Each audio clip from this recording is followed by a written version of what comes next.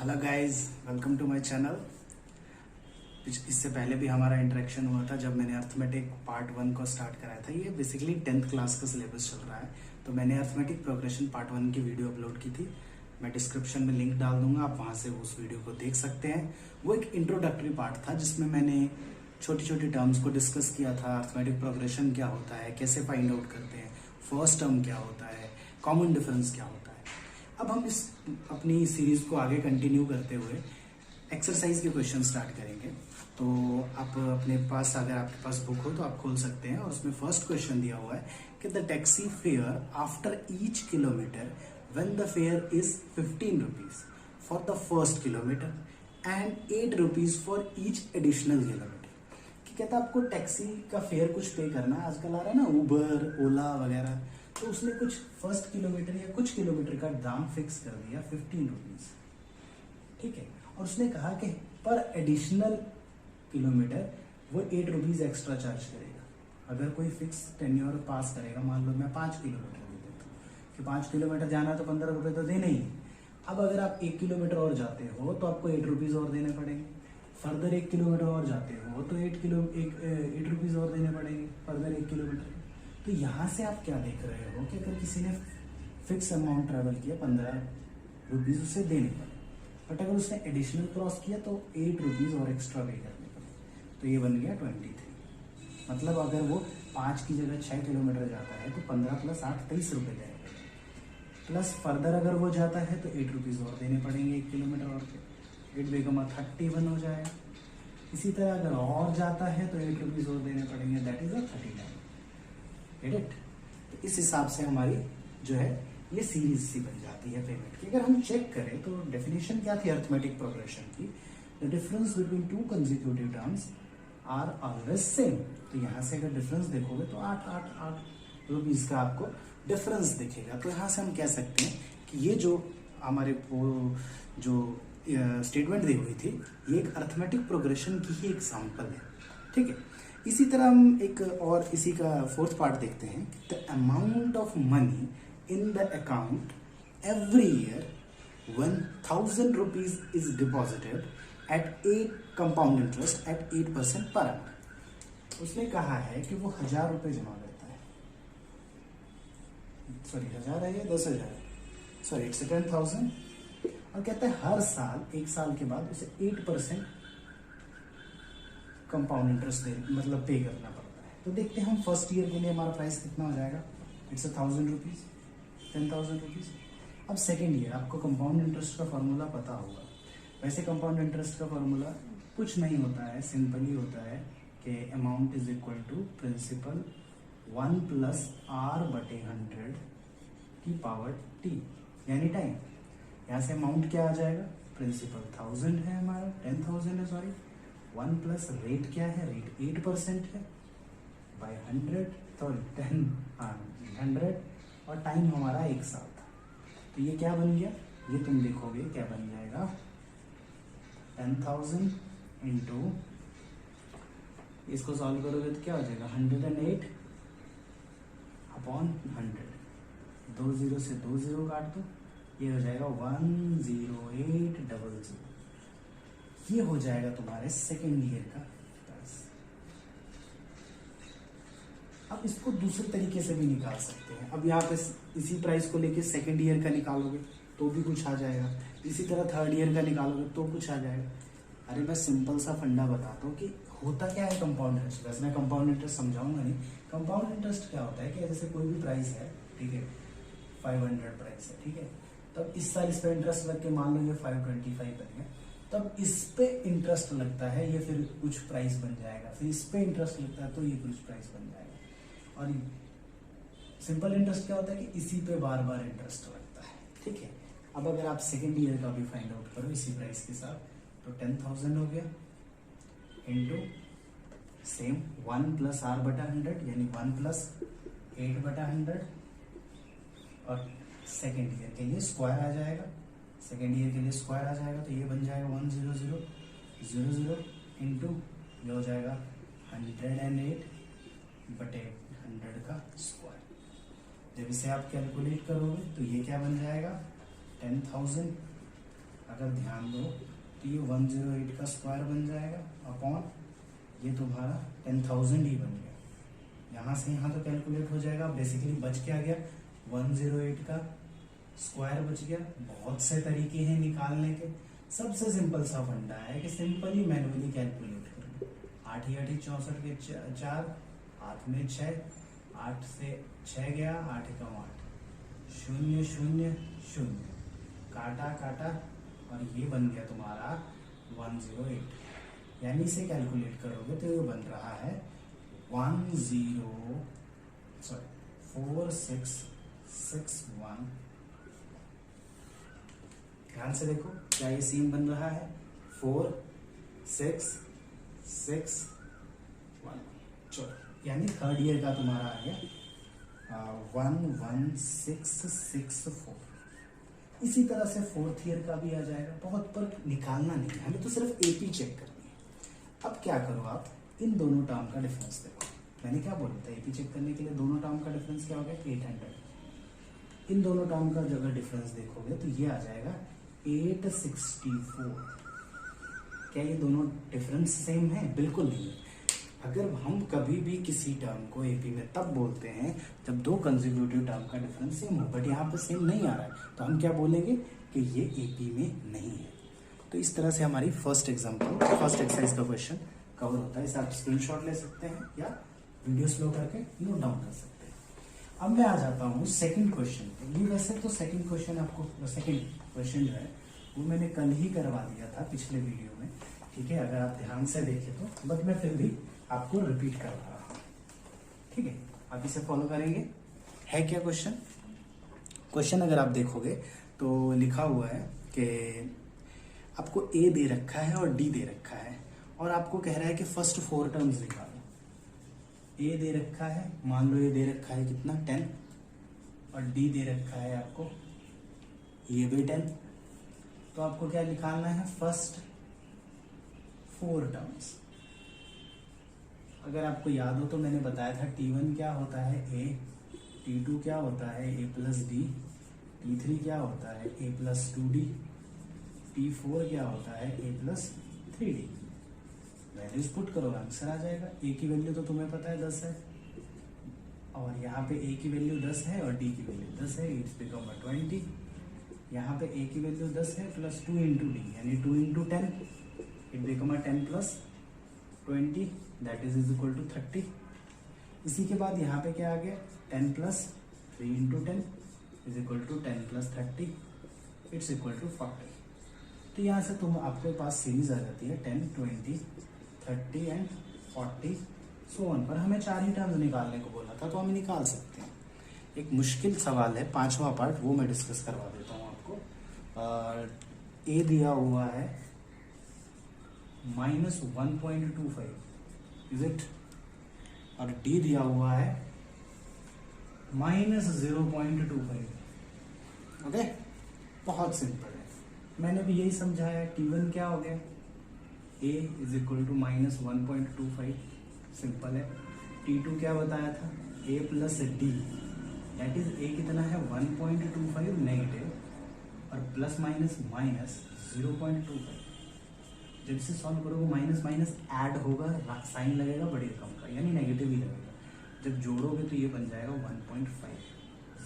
कैसे, 5 पे 5 0, 1 2 2 4 1 5 और 1 0 1। तो ये आपकी सेकेंड टर्म है। थर्ड टर्म क्या होता है, a प्लस 2d, तो यानी a तो है -1.25 माइनस 2 इंटू ये, माइनस इसलिए लगा रहा हूँ क्योंकि d नेगेटिव है, तो 2 इंटू दिस 0.25 इंटू 2 0.5 हो जाएगा 0.5। अरे दिमाग में रखो, 25 गुना 2 दिमाग में 50 हो जाएगा, यानी 0.50। अब इसे करो माइनस माइनस फिर माइनस आएगा, और 1.25 में 50 ऐड करोगे 1.75 आएगा, ठीक है। इसी तरह से आप सिमिलरली थर्ड टर्म भी निकाल सकते हो। तो इस हिसाब से हमारा जो पहले 2 क्वेश्चन कवर हो गए, बहुत सिंपल था। थर्ड क्वेश्चन क्या दिया हुआ है, आपके पास सीरीज है और आपको क्या निकालना है, फर्स्ट टर्म और कॉमन डिफरेंस निकालना है ना। यही है ना आपका थर्ड क्वेश्चन, कि आपके पास सीरीज है। ऐसे सभी चीजें मैं ऑलरेडी सिखा चुका हूँ कि आपके पास क्या है। जैसे मैं कोई भी क्वेश्चन ले रहा हूँ, मैं ले रहा हूँ 5 -5 -1 -5 -1 एंड 3 7, इट्स 3 7 सो ऑन। मैंने क्या बताया, हमें पता है कि AP है। अगर चेक करना हो तो क्या करोगे, T2 माइनस T1 करोगे, -1 minus of -5 -1 minus minus +5 it become of 4। इसी तरह T3 माइनस T2 करोगे, ये क्या हो जाएगा, 3 minus -1 is equal to 3 plus 1 is equal to 4। इसी हिसाब से देखोगे तो ये भी कॉमन डिफरेंस सेम हो रहा है। तो पहली बात तो ये AP में है। और इसका फर्स्ट टर्म क्या है, फर्स्ट टर्म तो ये रहा, A दिया हुआ है फर्स्ट टर्म, सॉरी -5x। और D क्या होता है, D होता है T2 माइनस T1, T इसी को तो D बोलते हैं, यानी 4। ये भी तुम्हें पता चल गया। ये भी कि कोई भी क्वेश्चन है, कोई खतरनाक सा क्वेश्चन ले लेते हैं, 1/3 और 5/3 ऐसा क्वेश्चन है शायद, एक 1/3 5/3 9/3 और सो ऑन। मुझे आगे चाहिए ही नहीं, मुझे आगे चाहिए ही नहीं। तो मुझे क्या पता है कि मेरे को पता है A क्या होता है, फर्स्ट टर्म होता है, और D क्या होता है, T2 माइनस T1। T2 क्या होता है, सेकेंड टर्म यानी 5/3, माइनस क्या हो गया 1/3। एलसीएम लोगे 3, 5 में से 1 घटाओगे 4। लो भाई तुम्हारा आंसर आ गया, राइट। हाँ एक सेकंड चेक कर लेते हैं, कुछ गड़बड़ तो नहीं किया। हाँ बिल्कुल सही है। इसी हिसाब से हमारा ये जो थर्ड क्वेश्चन था वो भी हो गया। अगर आप ध्यान से देखो तो मैंने आपको फोर्थ क्वेश्चन भी करा रखा है। फोर्थ क्वेश्चन मैंने जो सिखाया था कि कोई भी जो सीरीज होती है वो AP है या नहीं है वो चेक करना है।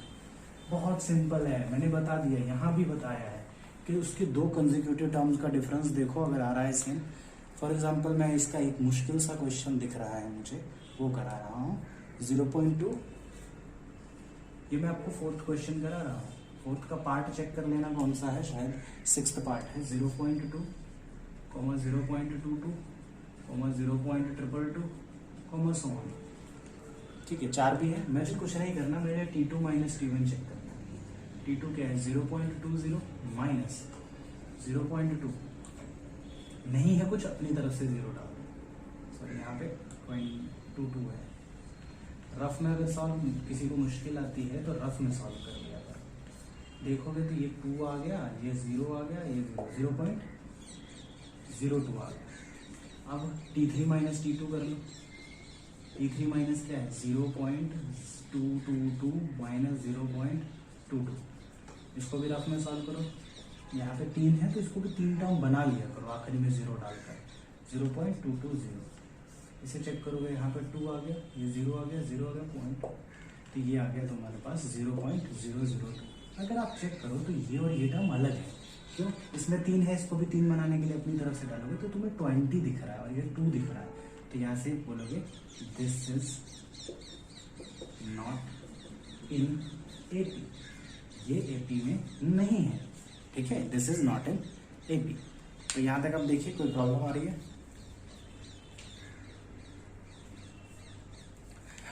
चलिए, इसके अगर इस को मतलब किसी भी पार्ट में जो मैंने नहीं डिस्कस करा है, अगर उनमें से किसी में डाउट आएगा तो आप बता दीजिएगा कमेंट सेक्शन में। अगली वीडियो में स्टार्टिंग के कुछ टाइमिंग में मैं वो डाउट्स आपके क्लियर करवा दूँगा। चलिए एक और क्वेश्चन हम डिस्कस करवा देते हैं। ये भी बढ़िया क्वेश्चन है। -12, बच्चों को डाउट आ सकता है, -12, -12, ऐसा कुछ क्वेश्चन है जी। पार्ट 8 है, 8th पार्ट है। आपने को क्या सिखाया, 2 minus T1 it's -12 minus of -12। ये देखोगे -12 माइनस माइनस +12 प्लस माइनस 0। आपको मैं बता रहा हूँ T3 minus T2, -12 minus of -12, मतलब मैं इसको T3 इसको T2 इसको T1 ले रहा हूँ, यहाँ कंफ्यूज मत हो जाना। -12 +12 अगेन 0। अगर आप चेक करोगे तो सारे का कॉमन डिफरेंस 0 आ रहा है, तो सेम तो आ रहा है ना कंसेक्यूटिव, चाहे 0 या जो मर्जी हो, सेम आना चाहिए। अगर सेम आ रहा है तो ये भी जो है वो AP में है। ठीक है, तो इस हिसाब से हमारा जो फर्स्ट एक्सरसाइज है लगभग सारे क्वेश्चन हो गए।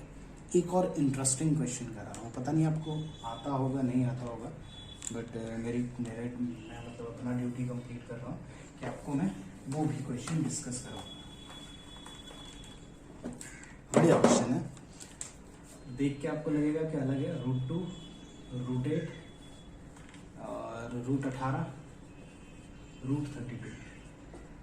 देखो कुछ बच्चे बड़े ही मंद बुद्धि होते हैं, वो T2 माइनस T1 को लिखेंगे √8 माइनस √2। चलो जी 8 में से 2 घटा √6। ऐसा नहीं होता है, गलत है ये। कोई ऐसे तरीका मत सॉल्व करना, रूट की सब्ट्रैक्शन कभी भी ऐसे नहीं होती है, ठीक है। अब इसको दिमाग से सॉल्व करना है। देखो कैसे, मैं लूँगा T2 माइनस T1। अब अंडरस्टूड है, ये T2 है, ये T1 है, ये T3 है, T4 है। √8 माइनस √2। अगर √8 ओपन हो सकता है तो ओपन करो। √8 आपने 8th क्लास में सीखा है ये कैसे रूट कैलकुलेट करते हैं। तो 2 का पेयर बन रहा है तो 2 जाएगा बाहर, इस 2 का पेयर नहीं बन रहा है तो ये √2 रहेगा अंदर, माइनस √2।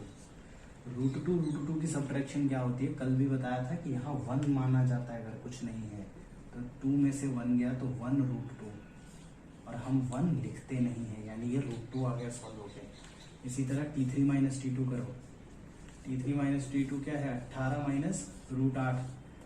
सॉल्व होकर √10 मत लिख देना गलती से, क्या है 18 को कैलकुलेट करो। 2 पे गया 9, 3 पे गया 3 पे गया 1, यानी 3 का पेयर बन रहा है तो 3 √2, 2 का पेयर नहीं बन रहा है इसलिए। और 8 को मैंने पहले ही सॉल्व कराया 2 √2। अब देखो इसके पीछे 3 है, इसके पीछे 2 है, सब्ट्रैक्ट होकर 1 आया तो आंसर क्या आ गया, √2। तुम देख रहे हो यहाँ भी √2 आ रहा है, यहाँ भी, और आगे भी सॉल्व करोगे तो √2 ही आएगा। तो यहाँ से हम इसको भी क्या बोलेंगे, AP। आपको सॉल्व करना है, आपको ये T4 माइनस T3 भी शो करके दिखाना है, और ये AP है। और अगर AP है तो A क्या हो जाएगा, √2, और D क्या हो जाएगा, यही जो बार बार सेम आ रहा है, कॉमन डिफरेंस √2। और अगर अगली टर्म्स भी पूछ ली तो वो भी आप कैलकुलेट कर सकते हो, ठीक है।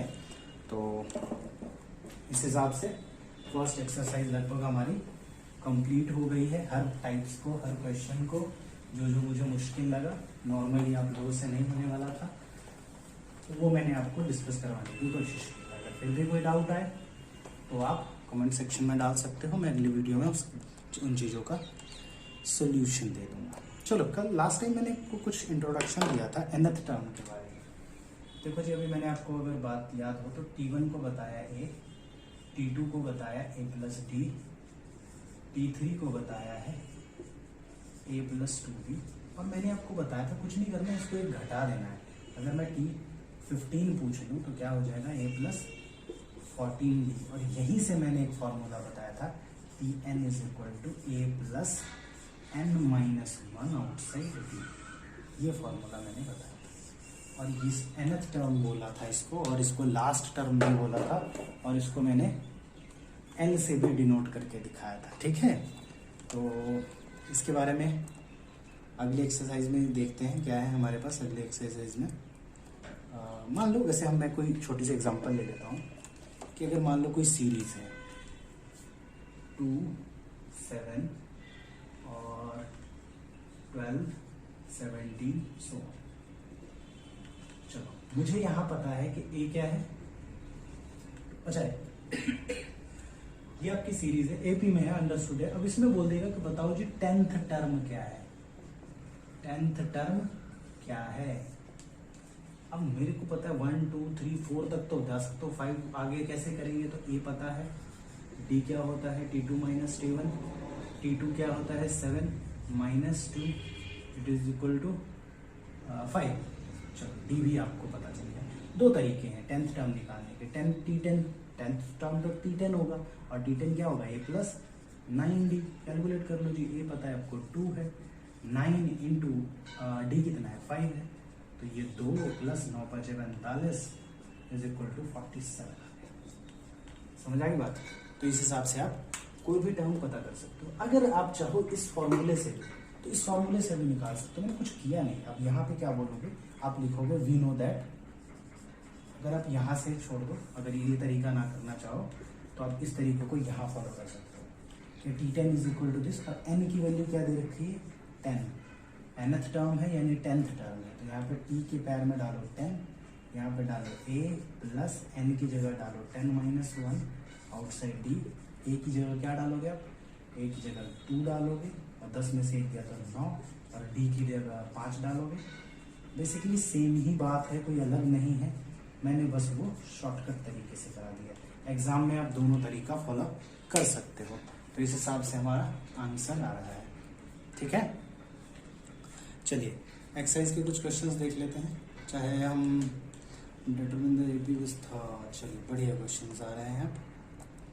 मैं सेकंड एक्सरसाइज पे आ रहा हूँ, क्योंकि मैंने पहले इन चीज़ों के बारे में बता रखा था, कोई नई चीज़ें नहीं है, तो सीधा एक्सरसाइज में आ रहा हूँ। 5.2 के क्वेश्चंस देखते हैं। होप सो के कुछ क्वेश्चंस आज डिस्कस हो जाएं। ठीक है,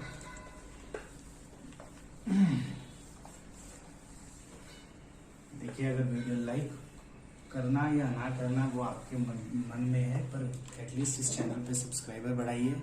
इस वीडियो को सब्सक्राइबर भी नहीं बढ़ाना कोई दिक्कत नहीं, आप इस वीडियो को ज़्यादा से ज़्यादा स्प्रेड कर सकते हैं तो वो जरूर कीजिए। कई ऐसे बच्चे हैं जो स्कूल नहीं जा रहे हैं, ट्यूशन्स पर नहीं मिल पा रही है उनको, तो एटलीस्ट उनको ये वीडियो मिले ताकि वो अपना सिलेबस टाइम पे कवर कर सके। क्योंकि पिछले साल इस लॉकडाउन के कारण बहुत से लोगों ने सफ़र किया था, तो मैं नहीं चाहता कि इस साल बच्चे सफ़र करें। तो प्लीज़ इसको शेयर जरूर कीजिएगा ताकि ज़्यादा से ज़्यादा व्यूअर्स इसे देख सकें।